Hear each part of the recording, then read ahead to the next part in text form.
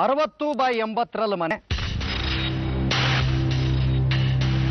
ಮನೆ ಅಂಗಳ ಅಂದ್ರೆ ಸುತ್ತಮುತ್ತಲು ಹೂ ಗಿಡ ಬೆಳೆಸಿರೋ ಜಾಗ 90x100. ನೀರಾವರಿ ತೋಟ 4 ಎಕರೆ. ಭತ್ತದ ಗದ್ದೆ 3 ಎಕರೆ. ತಾಮ್ರ ಬೆಳ್ಳಿ ಕಣ್ಣು ಪಾತ್ರೆಗಳ ಬೆಲೆ 40,000 ರೂಪಾಯಿ. ಆಳು ಬಿದ್ದ ಭೂಮಿ 2 ಎಕರೆ. ಇದು ಒಟ್ಟು ಆಸ್ತಿ. ಸರ್ಕಾರ ನಿಗದಿ ಮಾಡಿರೋ ಬೆಲೆ 24 ಲಕ್ಷ ರೂಪಾಯಿ. ಓಯ್ ಬೆಲ್ಲೊಡಿಯ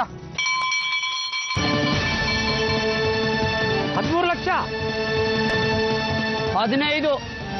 15 ಲಕ್ಷ ಒಂದು ಸಾರ್ತಿ. ಸತ್ಯ ಹೇಳ್ತೀನಿ, ನಿನ್ನ ಎದುರು ನಿಂತು ನಾನು ನಮ್ಮ ಮನೇಲಿ ಇದ್ದಿದ್ದಿದ್ರೆ ಆ ಶಂಕ ನಾನೇ ಕಾಪಾಡ್ಕೋಬೇಕಾಗಿತ್ತಿತ್ತು. ನೀನ್ ಕೊಟ್ಟಿರೋ 9 ವರಗಳಿರೋ ಶಂಕ ಇವತ್ತು ಹರಾಜಲ್ಲಿ ನಮ್ಮ ಮನೇಲಿ ಯಾರು ಕ್ರಯಕ್ಕೆ ತಗೋತಾರೋ ಅವ್ರ ಪಾಲಾಗತ್ತೆ. ನನಗೆ ನಿನ್ನ ಶಂಕ, ಅದರಲ್ಲಿರೋ 9 ವರ, ಅದರಿಂದ ಲೋಕ ಕಲ್ಯಾಣ ಕೆಲಸ ಇದ್ಯಾವುದು ಬೇಡಮ್ಮ ನನಗೆ. ಯಾರ ಪಾಲಾದ್ರೂ ಆಗ್ಲಿ ಅದು.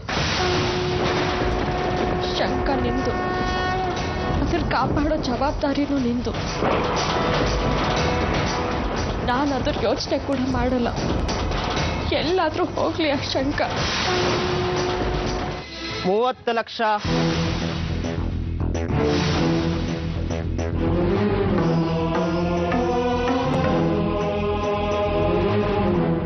ಇಲ್ಲೇನ್ ನಡೀತಿದೆ ಗೊತ್ತಾ ತಂದೆ? ಹರಾಜು ತಂದೆ. 30 ಲಕ್ಷ ಅಂದ್ರಲ್ಲ, ಕೊಡ್ಬೇಕು. 30 ಲಕ್ಷ ಕೊಟ್ಟು ಮನೆ ಖರೀದಿ ಮಾಡಬೇಕು. ಇದೆಯಾ 30 ಲಕ್ಷ? ಯಾರು ಕೊಡ್ತಾರೆ? ನಮ್ಮ ತಾಯಿ ಕೊಡ್ತಾರೆ.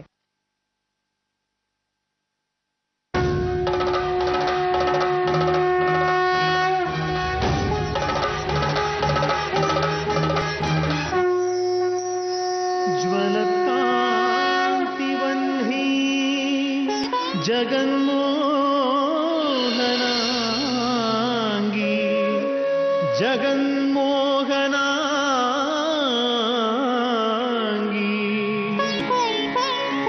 ಭಜೆ. ಶಿವ ಪೂಜೆಲ್ ಕರಡಿ ಎಲ್ಲ ಹಾಳು ಮಾಡಕ್ ಬರ್ತೀನಿ. ರಾಜ ಮುಗಿಯೋ ಹೊತ್ತಲ್ಲಿ ಯಾರಮ್ಮ ನೀನು? ಏನ್ ಹೆಸರು? ಶರ್ವಾಣಿ ಅಂತ ನನ್ನ ಹೆಸರು. ಆದ್ರೆ ಹರಾಜಕ್ಕೂ ಹಿಂದಿನ ದಿನ ತಮ್ಮ ಹೆಸರನ್ನ ರಿಜಿಸ್ಟ್ರೇಷನ್ ಮಾಡಬೇಕು. ಆಗಿರ್ಬೇಕು ನೋಡಿ ನೋಂದಾವಣೆ. ಸರ್ತಿ ನಿಮ್ಮ ಹೆಸರು ಹೇಳಿ. ಶರ್ವಾಣಿ. ಶರ್ವಾಣಿ ಅಂತ ಹೆಸರು ನೋಂದಾಯಿಸಿದೆ. ಇವೆಲ್ಲ ಸರಿ ಇಲ್ಲ ಯೋಗಾನಂದು. ಹೇಳಿದೀನಿ ಅವಮ್ಮ ನೋಡು ಅನ್ನೋದು, ನೀನ್ ಪುಸ್ತಕ ನೋಡಿ ಆಗಿದೆ ಅನ್ನೋದು, ಇವೆಲ್ಲ ಡೀಲು. 30 ಲಕ್ಷ. 30 ಲಕ್ಷ ಒಂದು ಸಾರ್ತಿ.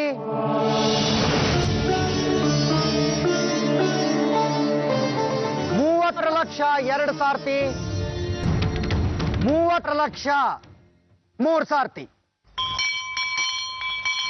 ಈ ಕ್ಷಣದಿಂದ ಸದಾಶಿವನ ಒಟ್ಟು ಆಸ್ತಿ ಶ್ರೀ ಶಾರದಾ ಮಿಷಿ ಸಂಸ್ಥೆ ಬ್ರಾಹ್ಮೀಪುರ ಇವರಿಗೆ ಸೇರಲ್ಪಟ್ಟಿದೆ.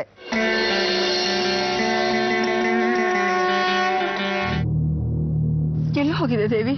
ನಮ್ ಜೊತೆನಲ್ಲಿರೋದ್ ಬಿಟ್ಟು ದೇವಸ್ಥಾನಕ್ಕೆ ಹೋಗಿದ್ದೆ. ನನ್ಗಿಲ್ಲಿರ್ಬೇಕು ಅಂತ ಅನ್ನಿಸ್ಲಿಲ್ಲ ಅಮ್ಮ.